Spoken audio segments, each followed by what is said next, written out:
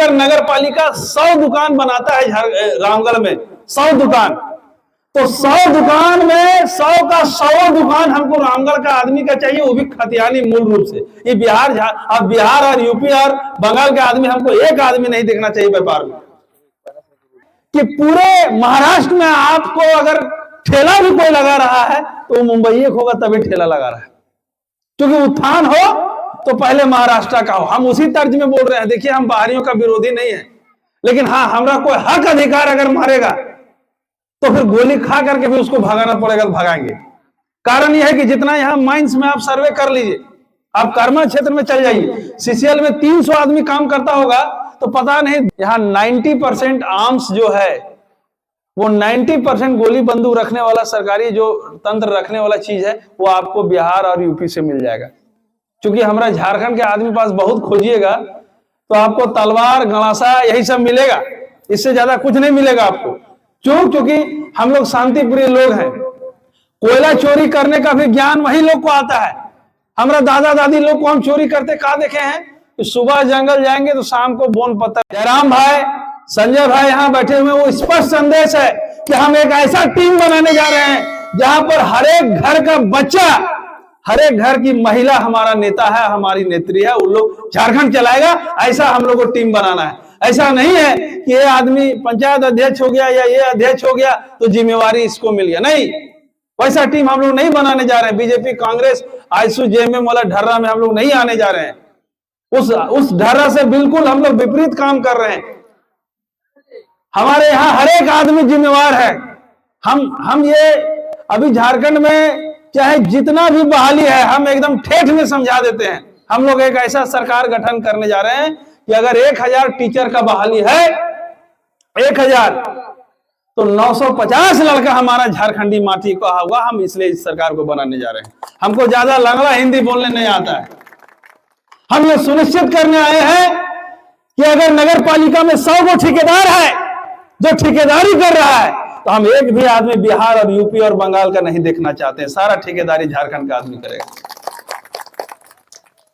हम ये चाहते हैं कि अगर कोई हॉस्पिटल बना है तो चूंकि हॉस्पिटल जान का सौदा होता है, वहां जान बचाने वाला लोग, तो झारखंड में इतना कोयला है कि हम डॉक्टर बेंगलोर से उठा करके यहां ले आएंगे।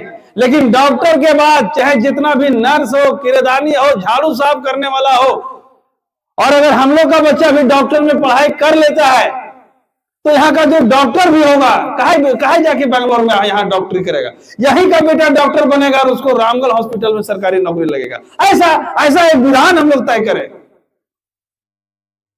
इसलिए अब इस काम को करने के लिए हमको क्या करना होगा? देखिए, एक चीज आप समझ लीजिए, बड़ा बड़ा पार्टी वाला लोग मोटरसाइकिल, गाड़ी, पैसा बांटता है, लेकिन हम लोग का हाथ को पंगु बना दिया है। हम लोग का हाथ को इस तरह से पंगु बना दिया है कि कोई विधायक आपको आज तक नहीं कहा होगा कि दुलमी प्रखंड पंचायत में 25 लड़का है और 25 लड़का जाकर के हमारा रजरप्पा प्रोजेक्ट में जो कोयला का उठान होता है, लिफ्टिंग में डेली 1 लाख रुपया का कमाई है, ये कमेटी करेगा। कोई नहीं करता है। कोई नहीं कहता है कि यहाँ का आदमी जाकर के, हम लोग का चूंकि घाटो यहाँ लोकल है, यहाँ आपका बहुत सारा माइंस है, कर्मा प्रोजेक्ट है, कि 30 आदमी है जो कि सीसीएल में जाकर लिफ्टिंग का काम करेगा। और अगर 1 लाख रुपया का लिफ्टिंग होता है तो ग्राम सभा को डेली 1 लाख रुपया आएगा। ऐसा कोई नहीं कहेगा आपको। लेकिन विस्तार से इस चीज को अगर आप नजदीक से देखिएगा और पढ़िएगा तो आपको एक चीज समझ में आएगा कि हम लोग को लोग कैसे छलता है और कितना बुरा तरीके से छलता है। हम लोग का एकदम निगाह है कि विधानसभा में अपना लोग आए तो पूरा झारखंडी आदमी को मजबूत करिए। यह भी सुनिश्चित करिए कि अगर नगर पालिका 100 दुकान बनाता है रामगढ़ में, 100 दुकान, तो 100 दुकान में 100 का 100 दुकान हमको रामगढ़ का आदमी का चाहिए, वो भी खतियानी मूल रूप से। ये बिहार और यूपी और बंगाल के आदमी, हमको एक आदमी नहीं देखना चाहिए व्यापार में। जो सरकार आवंटित करती है, एक एक चीज हमारे झारखंड का आदमी होना चाहिए। यह लड़ाई स्पष्ट रूप से है कि झारखंड के हक अधिकार के लोगों के लिए। इसलिए जयराम भाई, स्पष्ट संदेश है उनका कि देखिए, हो सकता है मेरा नजर और निगाह उस जगह पर नहीं जा रहा है जहां सबका जा रहा होगा, लेकिन हित होना चाहिए झारखंडी का। व्यापार हो, नौकरी हो, ठेकेदारी हो, अन्य जितने भी संसाधन हैं जो सरकार के द्वारा सौंपी जा रही है। अभी क्या होता है, नगर निगम आपका रामगढ़ में है, 100 को दुकान करेगा तो लॉटरी सिस्टम कर देगा। लॉटरी में अगर 100 दुकान है तो 50 को पहले सेटिंग है, 10 लाख, 20 लाख, 25 लाख। कहां से हमारा आदमी आगे बढ़ेगा? हम ये सुनिश्चित करने आए हैं कि लॉटरी हो, 2000 आदमी अगर लॉटरी में उसको फेंकाए पासा, तो 2000 में 2000 आदमी पासा झारखंडी का हो, ताकि अगर 100 दुकान भी निकले तो झारखंड का आदमी का निकले। ये हम लोग सुनिश्चित करने आए हैं। और सबसे बिल्कुल बड़े, क्या कौन राजनीतिक दल लड़ाई करने आया है, क्या नहीं करने आया है? देखिए, झारखंड में 40% जो लैंड है, जमीन है, वो हम लोग का माइन से ढका हुआ है। और आपको विश्वास नहीं होगा, अभी जैसे इसमें आलू लगा हुआ है या और कोई सब्जी लगा हुआ है, अभी आपको ये कितना अच्छा लग रहा है जमीन।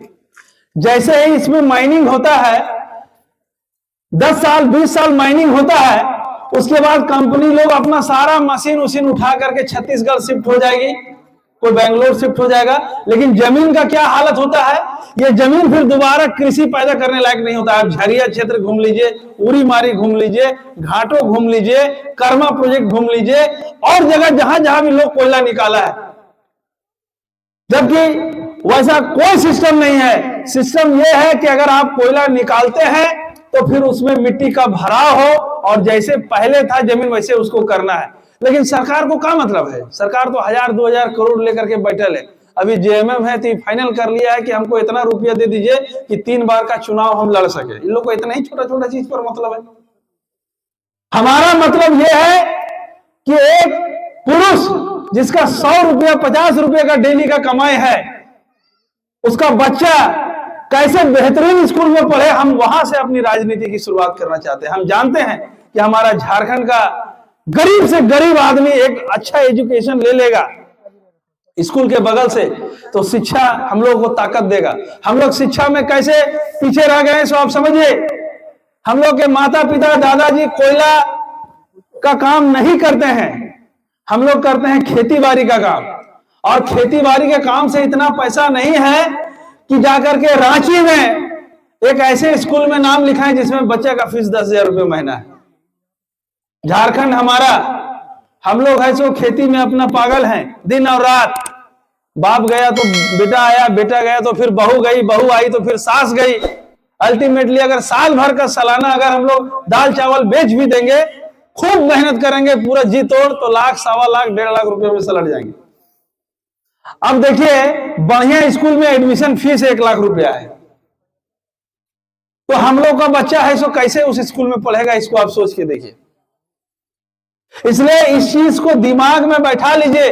और हम ये आपको बताने आए हैं कि कोई भी आदमी यहाँ नेता नहीं है। हम आए हैं यहाँ नेता नहीं है, या और भी कोई नेता नहीं है। जो लड़का यहाँ से ग्राम सभा और यहाँ के लोग चुन करके देंगे, वो गरीब से गरीब घर का बेटा हो, जिसके यहाँ सब्जी नहीं जुड़ता हो, माल भात खाता हो, वो पूरा झारखंड का माटी और बेटा हम लोग ताकत लगा देंगे उसको विधायक बनाने के लिए। उसको कोई जरूरी नहीं है कि वो बहुत बड़ा आदमी हो, ये हम लोग पूरा ताकत लगा देंगे। ये आपके घर का बच्चा हो, वो आपके अगल बगल का बच्चा हो, जो सामाजिक क्षेत्र में अपने आप को थोड़ा सक्षम रखता हो, हम लोग उसको लेकर के आएंगे।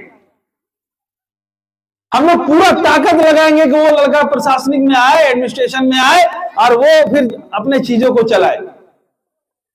बात तो बहुत करना है, इतना बोले कि अभी दिन और रात फिर हो जाए, लेकिन मुद्दा का बात सिर्फ ये समझना है कि अभी जो नया राजनीति का शुरुआत झारखंड में हो रहा है, महाराष्ट्र में बाला साहब ठाकरे, क्यों बाला साहब ठाकरे हो गए?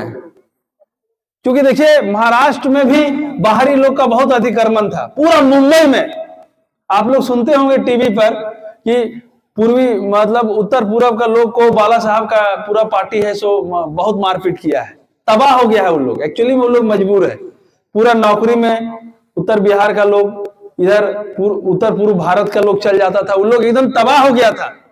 अब आलम यह है कि पूरे महाराष्ट्र में आपको अगर ठेला भी कोई लगा रहा है तो मुंबई होगा तभी ठेला लगा रहा है, क्योंकि उत्थान हो तो पहले महाराष्ट्र का हो। हम उसी तर्ज में बोल रहे हैं। देखिए, हम बाहरियों का विरोधी नहीं है, लेकिन हाँ, हमरा कोई हक अधिकार अगर मारेगा तो फिर गोली खा करके भी उसको भगाना पड़ेगा, तो भगाएंगे।